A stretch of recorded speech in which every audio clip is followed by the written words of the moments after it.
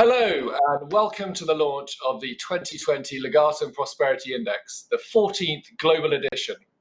I'm delighted to welcome people from all over the world. For the first time, this year's launch is totally online, delivered straight to your homes and home offices, of course. My name is Alan McCormick and I'm the chairman of the Legatum Institute. And for those of you less familiar with the Institute, it is a public policy organisation with a mission to better understand and promote the pathways from poverty to prosperity.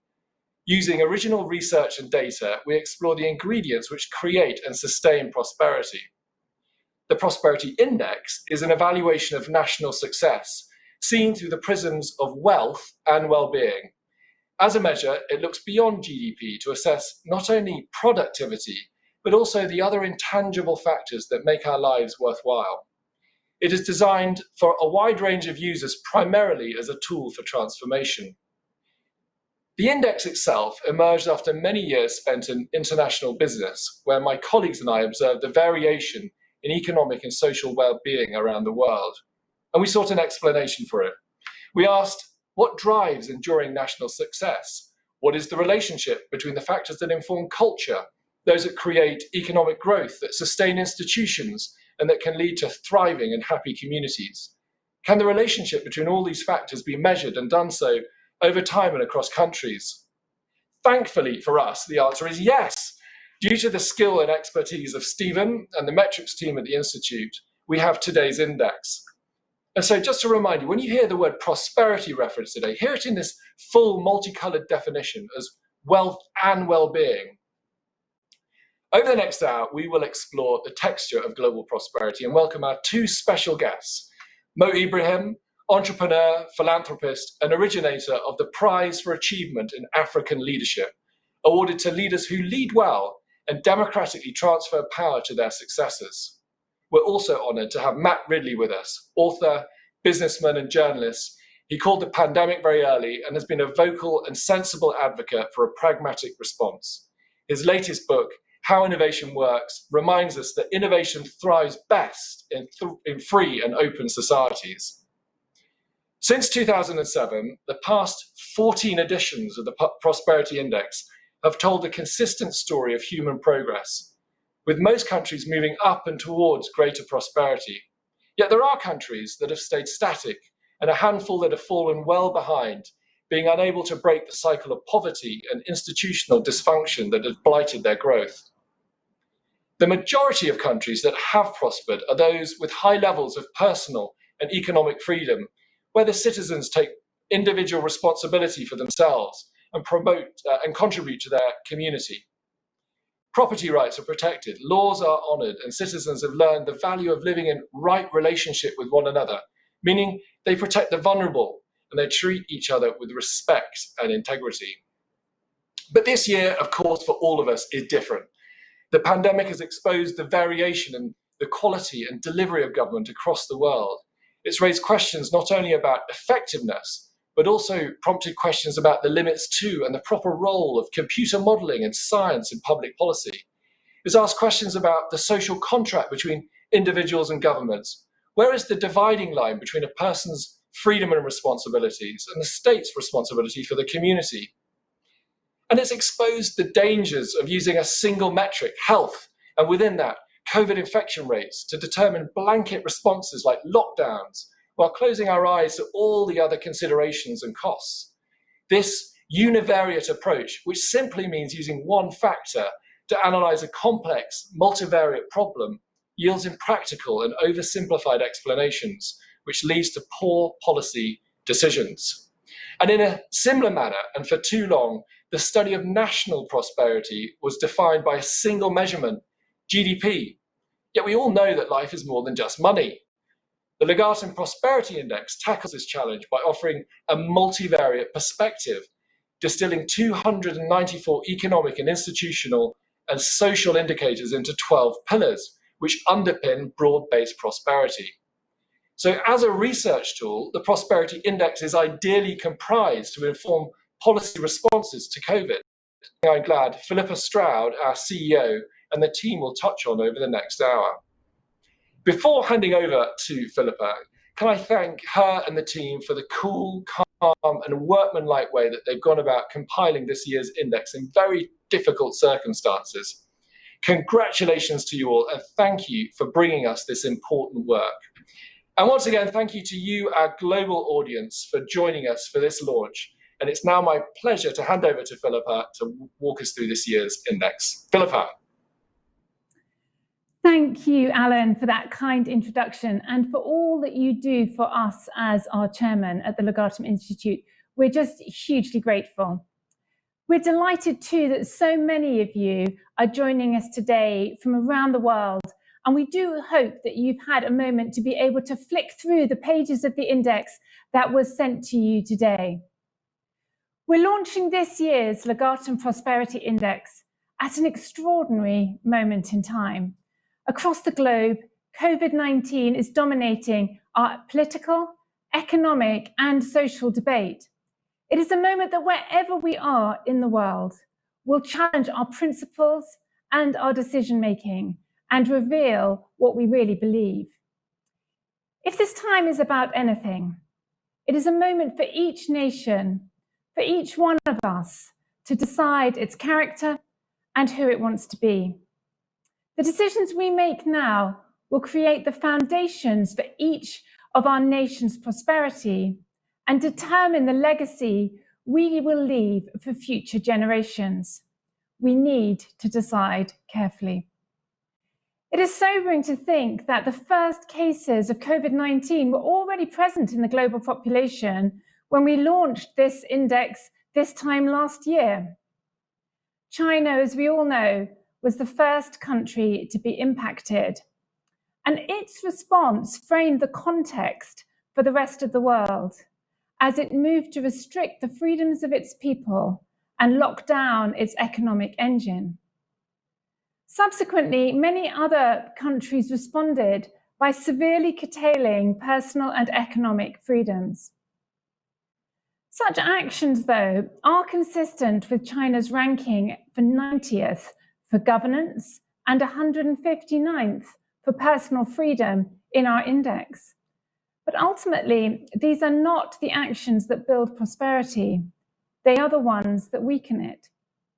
So what do we mean at the Legatum Institute when we talk about building prosperity? Over the last 14 years of producing the index, we have undertaken a huge amount of research into what builds prosperity. And we've summed it up for you in this short video that we're about to show you now.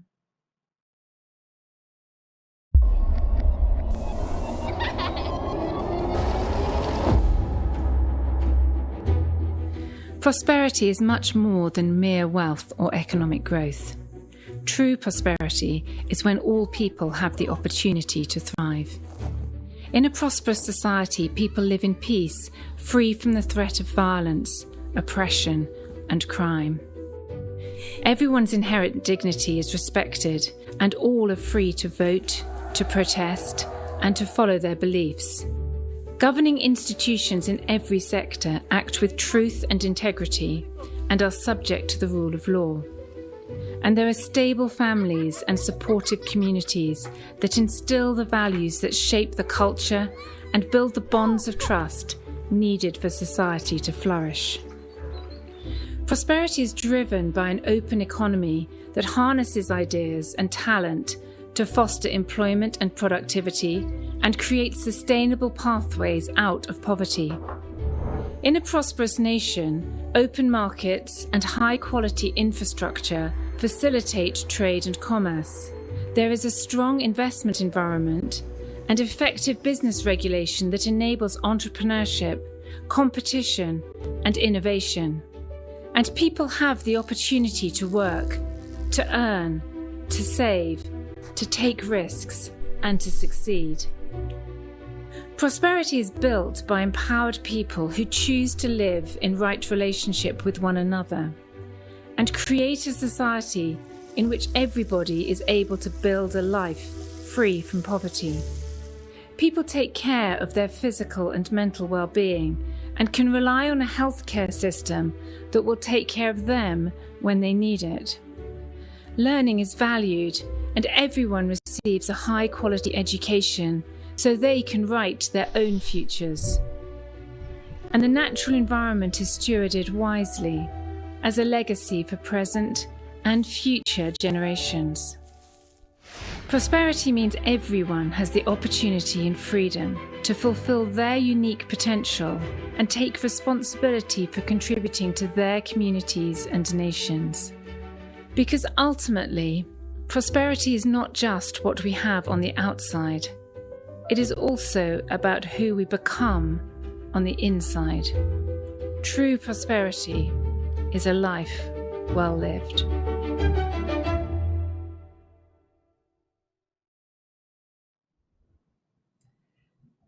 At a time of crisis, it is these core principles of prosperity that every nation needs to be drawing on and protecting.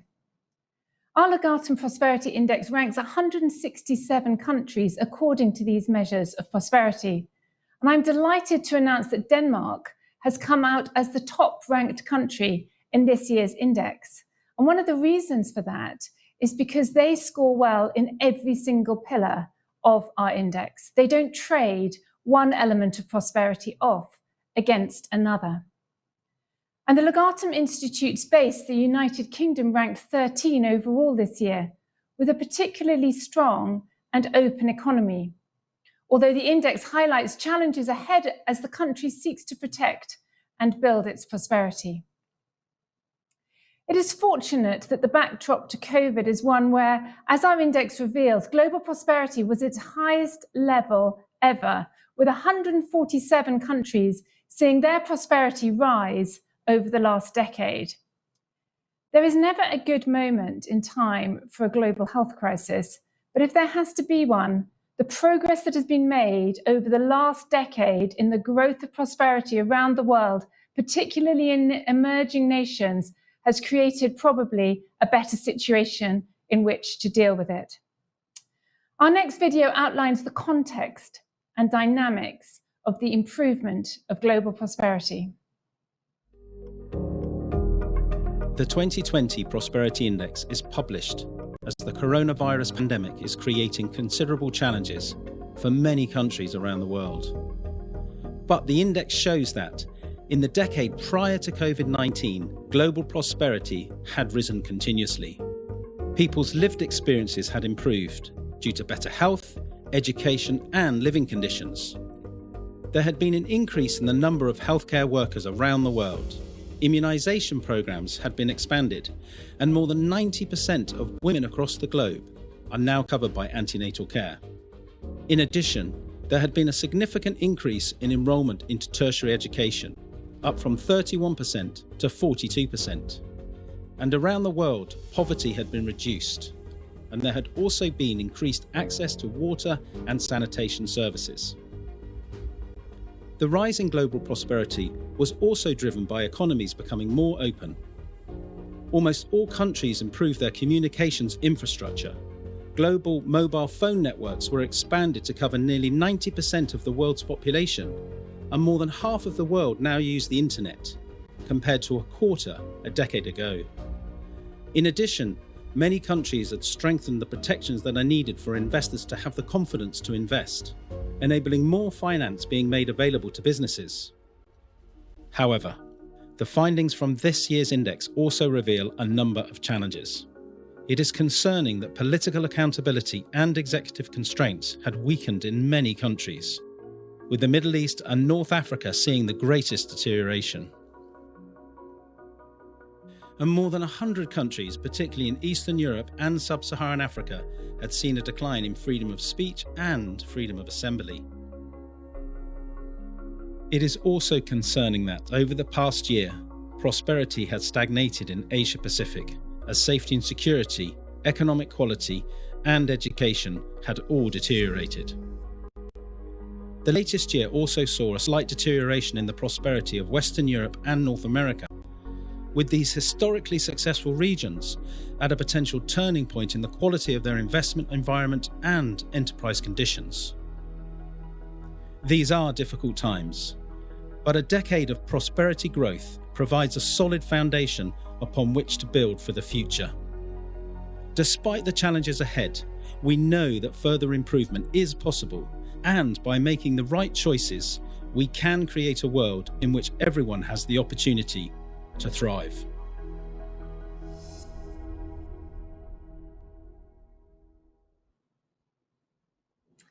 Although the world has changed, how prosperity is built and protected within a nation has not. There are some well-worn paths to follow. But for nations to be able to chart their progress in building and protecting prosperity, they need to be able to measure it and monitor it. This is where the Legatum Institute's Prosperity Index comes in.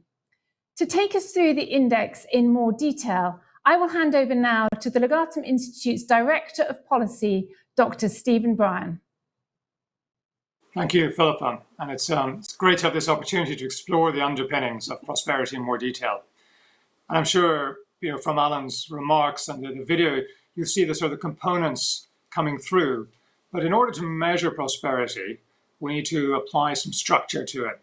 And in doing so, we consider three domains: inclusive societies, open economies, and empowered people, which are imposed on this slide. Now, within that, we've got 12 pillars and 66 policy-focused elements, each of which capture different drivers of human flourishing, which you probably won't be able to read on the slide, but they're there nonetheless. Now, let's explore each of these domains one at a time. The first one is inclusive societies. And this domain captures the relationships that exist between individuals and institutions, and the degree to which these relationships either enable or obstruct social cohesion. So first up, it includes safety and security, which measures the prevalence of violence, force, and crime in a society, which can be so debilitating to prosperity. And as we've seen recently in Nagorno-Karabakh, for example, and contrast that with low-crime Switzerland as an exemplar on the index for this area. We then assess people's personal freedom, including freedom of assembly and speech, as well as the level of discrimination and tolerance. And there, we see Norway as being a standout leader in this domain. And in governance, we capture how well power is exercised, how accountable it is, and what's the level of corruption involved. Finland here sets the benchmark. And finally, fourth pillar in this domain, social capital, measures the bonds of trust and support between us, looking first of all at levels of family support, then the strength and quality of social networks, then the degree of trust between strangers and the trust of institutions. And the high levels of social capital that we see in Denmark, our leader in prosperity, they represent some of the best practice in the world in social capital. Now, as you look at this, what we see is that building institutions and strong social contracts, as Alan mentioned, takes time. So therefore, it's not surprising that the best performers in this domain tend to have had a long history of being well-established societies, because it takes that time to build up these relationships over generations. But also, as the video highlighted, despite the fact there have been improvements in social capital worldwide, we've seen personal freedom and governance stagnating over the last decade, and this is holding back further progress. And notably, sub-Saharan Africa underperforms in areas such as safety and security and governance, and as a region, it has not improved in these aspects over the last decade. Now, nevertheless, it is encouraging to see that some of the most improved countries in the world recently are actually in West Africa, such as Togo and Chad. Another example, Côte d'Ivoire, has significantly improved its governance over the last 10 years, rising 36 places in the rankings. It has recovered from a civil war and has established increased political accountability. Although, as we've seen over the last weeks with the contested election there, the road to embedding democracy can indeed be a bumpy one. But of course, the US experience of the presidential election recently has also shown us that this challenge is not confined to Africa. That said, across the African continent, there are widespread examples of good practice in all elements of prosperity. So consider, for example, the low crime levels in Mauritius, the strong protection of freedoms in South Africa, the secure rule of law in Namibia, and Ghana's robust political accountability, and so forth across each one of these elements in both the institutional domain we've talked about, also in open economies and inclusive societies. So if we took that together, and if African countries were to replicate each of these regional examples of high performance, they could rank 38th in the world, comparable to Poland or Lithuania. So this gives us a sense that the sense of progress is there. There are no real barriers in any region of the world to make progress. So in order to provide some insight on how we can foster more inclusive societies, with particular emphasis on Africa. I'd like to invite Dr. Mo Ibrahim to unpack these challenges in further detail. Now, having had a distinguished career bridging and building Africa's biggest telco network, he established the Mo Ibrahim Foundation in 2006 to support good governance and exceptional leadership on the African continent. And the foundation itself has only just this week released its own report on governance in Africa. So Mo, thank you for joining us this afternoon. And we're looking forward to hearing your observations on how more inclusive societies in Africa have helped create those pathways from poverty to prosperity. Well, thank you very much. And I really thank you and the leadership of the Legatum Institute for that excellent work really you have done. It's really important to address governance and prosperity really through facts and figures. And it is important to steep our discussions and political discourse really on facts and figures. Because unfortunately, we live in a time where truth has become a victim of disinformation disseminated by all kinds of actors. Some innocent, some less innocent, and some malicious people are involved in this. And it really broke my heart when the White House, the leader of the democratic world, invented a new concept like alternative reality, as if there's reality and alternative reality. Then I know that we are all in trouble, actually. So that again emphasizes the importance of the work you guys are doing and trying to produce analysis based on facts and figures, so we know where we are and where we're going. Our foundation, we share with Legatum Institute. They believe that we need to develop data-driven policies. It's really important to do that. We have been fighting in Africa actually for re-establishment of the statistical offices, which in some countries actually don't even exist. I mean, you cannot drive a car or fly a plane without instruments and data. How could you run a country? How could you run an economy without data and information? So I think that's really important. And governance, of course, is vital for all us. Governance is about the delivery of this basket of public goods, whether it is security, whether it is health, education, whatever. And as such, it is measurable. And by measuring our achievements, we understand where we're going, what needs to be done. We have good examples, we have bad examples, some to follow and some to avoid. I think that's really importance. Of course, we measure governance in Africa only, while you in your wonderful index measure it, prosperity and governance globally. And one interesting conclusion, actually, both reports agree on, because we just launched our report yesterday, actually, what a coincidence, is that governance is stagnating, not only in Africa, but globally. Freedoms, human rights being trampled on in many countries, tightening the space, reducing the space for African civil service, African civil society is just incredible. And that's not only happening there, I mean, it's happening in other countries in the heart of Europe, actually. We can see what's happening there. I mean, yesterday there was an argument in European Union about the rule of law and these two countries which are beating the new package because of the rule of law clause there. So we have a lot of work to be done, really, and we can only lead by trying to produce numbers and facts and data to give it out there. Credibility is important, and that is wonderful thing you are doing there.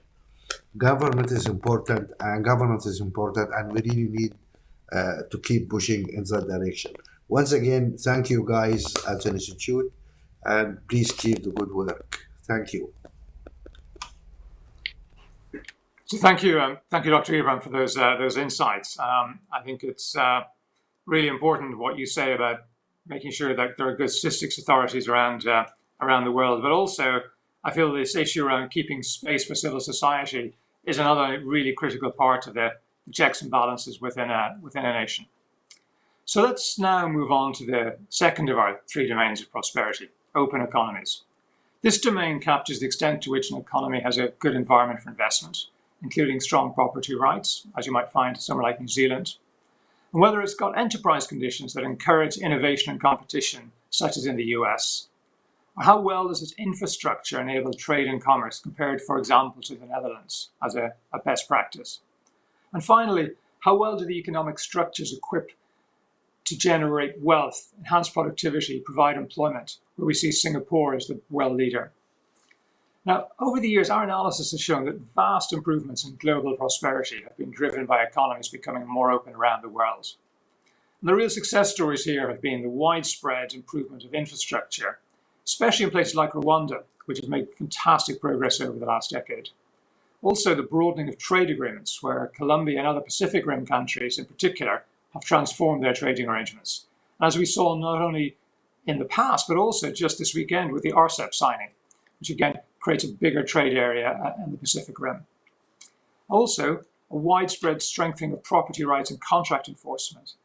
This has helped businesses acquire, finance, and grow, and Kenya here is a standout improver.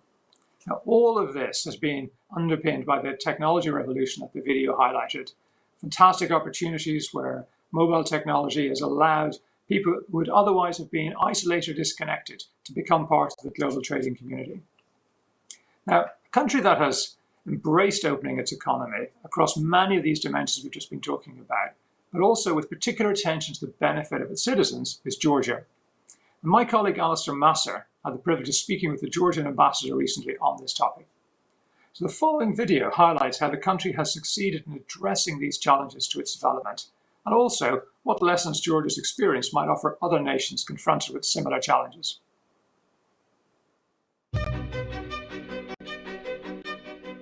Over the past decade, Georgia has transformed its economy, generating average GDP growth of just under 5%.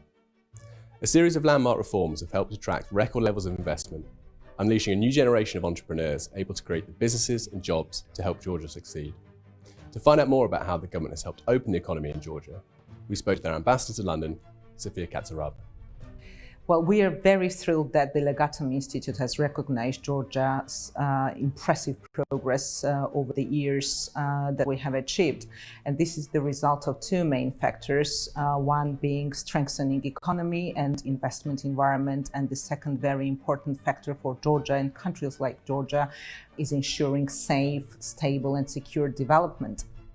All the projects and reforms and policies that the government is implementing is focused on prosperity of the country. If in 2006 or 7, the poverty rate in Georgia was about 30%, today it is cut in half. And we tackled corruption and governance issues. We created open business environment. And this has certainly not gone unnoticed by international partners, and a number of international institutions praise Georgia for its excellent track record. And these priorities remain to be the same in the future, such as investing in human capital. The government supported project Enterprise Georgia, through which hundreds of startup projects have been supported. And that is how the majority, overwhelming majority of the public sees Georgia's future. Outward-looking Georgia, open to businesses, where millions of tourists come and more opportunities for foreign investors. What we have seen in the past years, there has been a growing interest in Georgia, but we want to see more, again, using the potential or untapped potential that we have.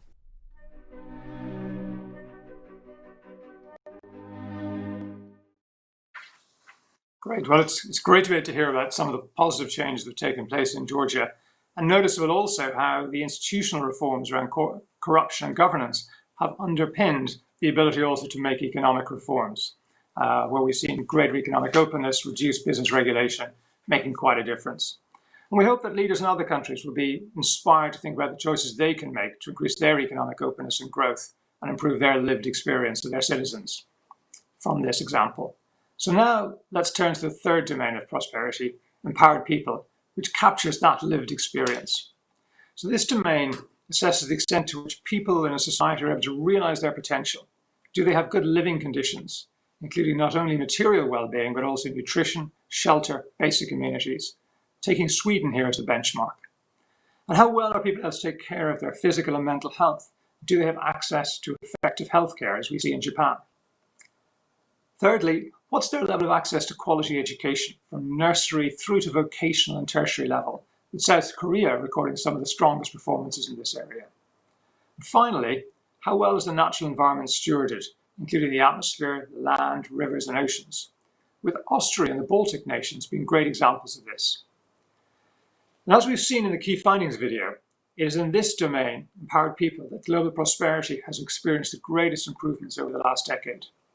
Better living conditions across all regions of the world have been the starting point, but with not only reduced poverty, but better services, better amenities in particular across the global south. Although in many parts of the world, housing is becoming a particular challenge. And improvements in education as well, with increased years of schooling, particularly at the shoulders, the youngest and oldest age, as well as improved adult skills, which is so important for productivity and economic growth. And then the last area that we've seen great improvement in this domain is in better health. Increased levels of vaccination around the world, Ethiopia here being a standout example of great improvement, as well as more medical services and hence increased life expectancy worldwide. Although a few warning signs where physical health is deteriorated in aggregate across both Asia and Latin America. So let us turn to Sri Lanka now, because this is a very interesting example of a country that, despite enormous challenges in its not too distant history, it's ensured it's been able to empower large segments of its society, particularly with access to quality education and healthcare. And to explain the impact of these improvements on the lived experience of Sri Lankans, we recently spoke to the Sri Lankan High Commissioner, Her Excellency Saroja Sirisena. And here's some of what she had to say about the importance of health and education. I think the first thing is to recognize that these two are essentials. That whatever you do in your country, your citizens cannot benefit from anything without having health and education. Over 7 decades, Sri Lanka has invested in its healthcare and education sectors. And despite having to go through a terrorist conflict for nearly 3 decades, the government did not compromise on its expenditure towards these two vital sectors. We have compulsory education until the age of 16, so it's not even a choice for people to ponder over whether they can afford to send a child to school, because the government provides uniforms, textbooks, and even midday meals. So I think for citizens, it's a huge relief. It's something that they know, they enjoy, it's their right to send their child to school. Maternal health care is a very important element in our healthcare system. From the most rural areas are covered by midwives. And this has also become better and more accessible since the infrastructure's improved, public transportation has improved, and also the security situation. These are also very important factors that have contributed to Sri Lanka's growth.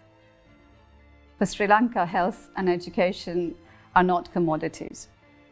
The government views them for over 7 decades as the essential, the backbone of development, because you can't acquire them instantly later on. It has to be a process. It has to be across generations. And if citizens are to benefit from additional wealth, they cannot benefit properly in the true sense of the word without health and education.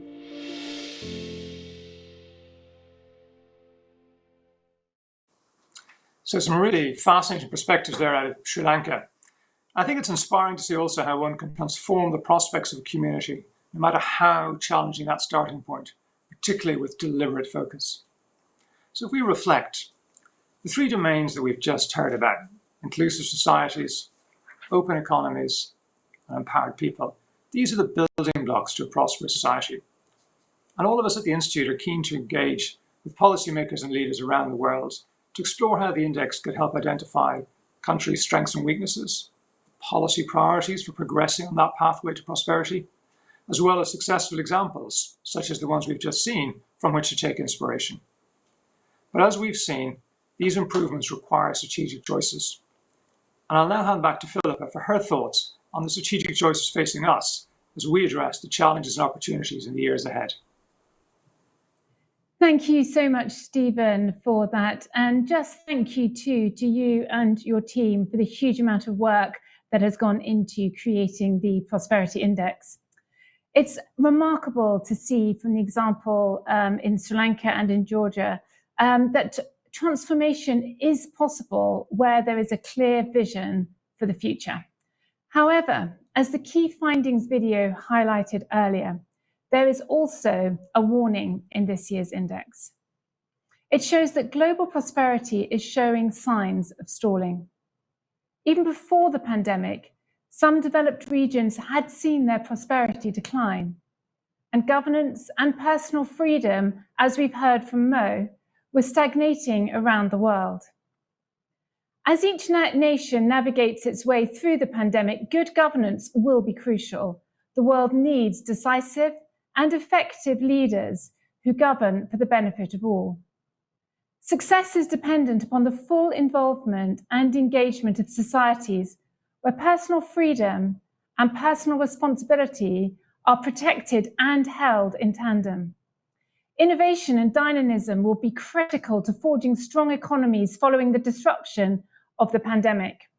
And countries at the top of the Prosperity Index must beware the danger of falling into the mindset of an overdeveloped nation, vulnerable to entitlement and complacency, avoiding change and risk, and losing sight of their values and heritage.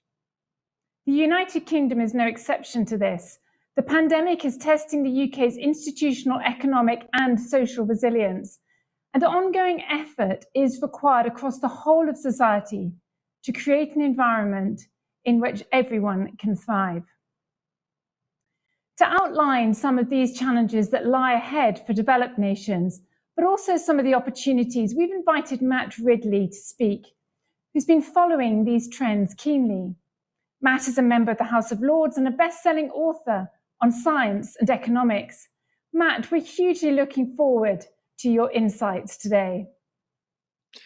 Philippa, thank you very much indeed for that kind introduction and for this fantastic Prosperity Index from the Legatum Institute, which is a treasure trove of information, not just about where prosperity happens, but how it happens.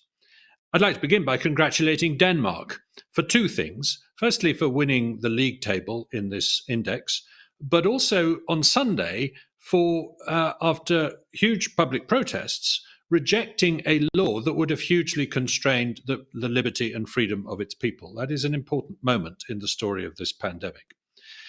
Now, the index tells us two things, as you've said, Philippa, that this decade has been the best in human history, and that is remarkable and impressive, but that there are real threats gathering to that prosperity in the future. In 2010, I wrote a book called The Rational Optimist, saying that the world was going to get better, not worse, and that bad as many things still were in the world, there was every reason to think they could get better. And many people said, you cannot possibly be an optimist about the world. Look at the financial crisis. And look at the state of Africa. Africa cannot possibly share the sorts of prosperity that Asia has seen in recent decades. And frankly, I think the last 10 years have proved me right on that. And yet at every point in those 10 years, people have said, well, you can't still be a pessimist. What about the Euro crisis? What about the war in Ukraine? What about the war in Syria? What about the Ebola epidemic? There's always been a reason to reject optimism in every year, and yet optimism has been right.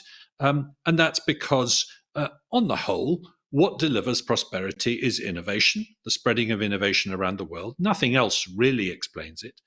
And that process of innovation has continued. Extraordinary innovations have come along in the last decade alone, as well as spreading around the world. Things like CRISPR gene editing, but also the ability to watch Netflix on a mobile phone, if that's what you want to do.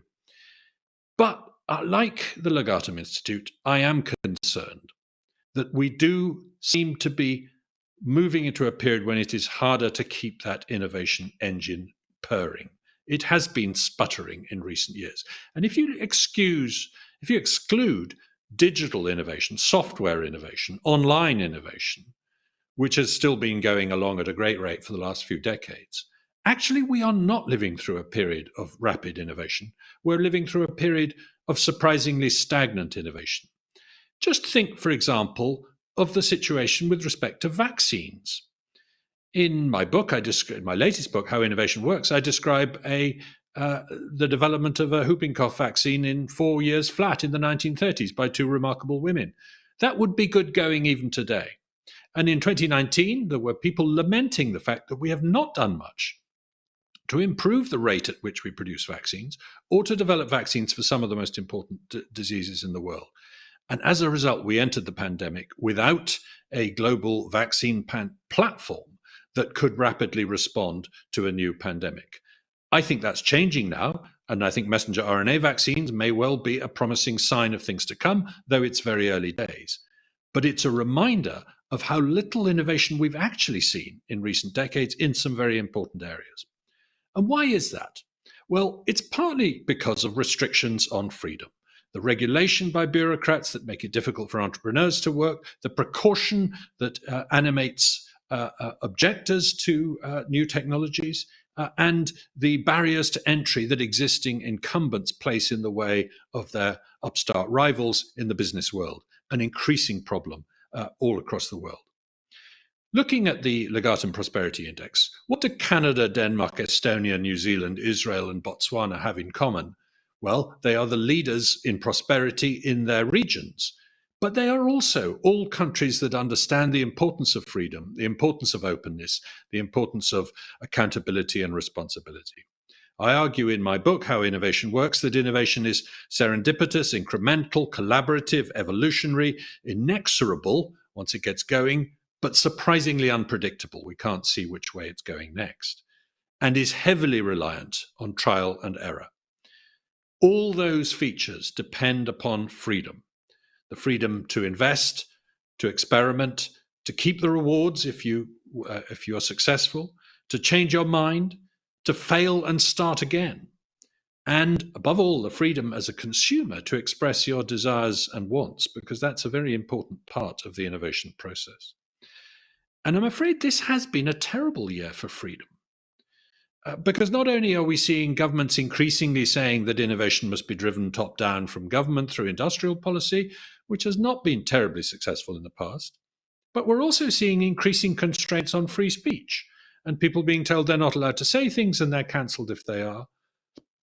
And then on top of that has come the pandemic, and with it the increasingly authoritarian tone and actions of government, a taste for which is something that officials may remember and may not want to give up when it's over.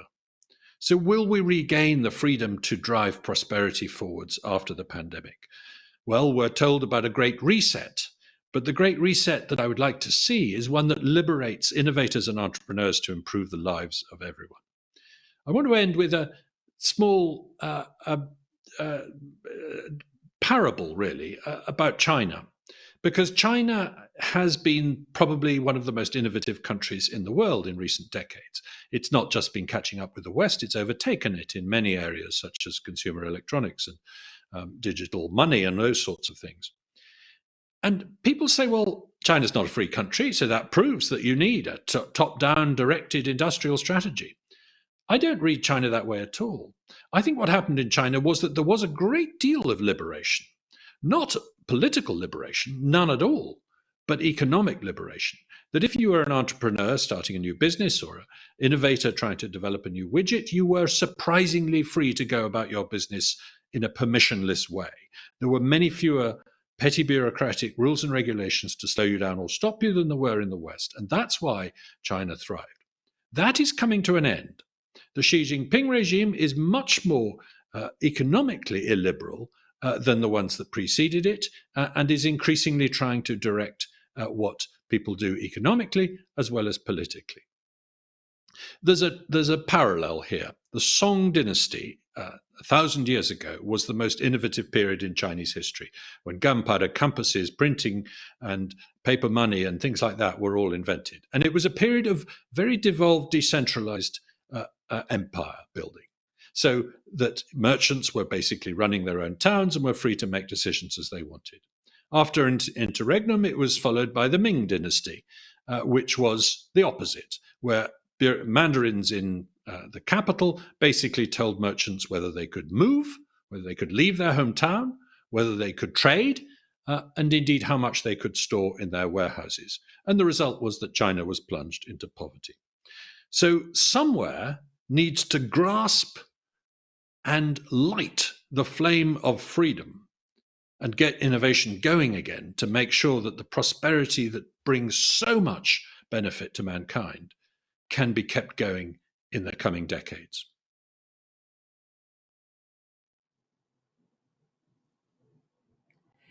Thank you so much, Matt, for your hugely timely observations and for that crucial reminder that prosperity is so clearly linked to our freedoms, and that our freedom is needed to drive economic openness. We're hugely grateful that you have joined us today.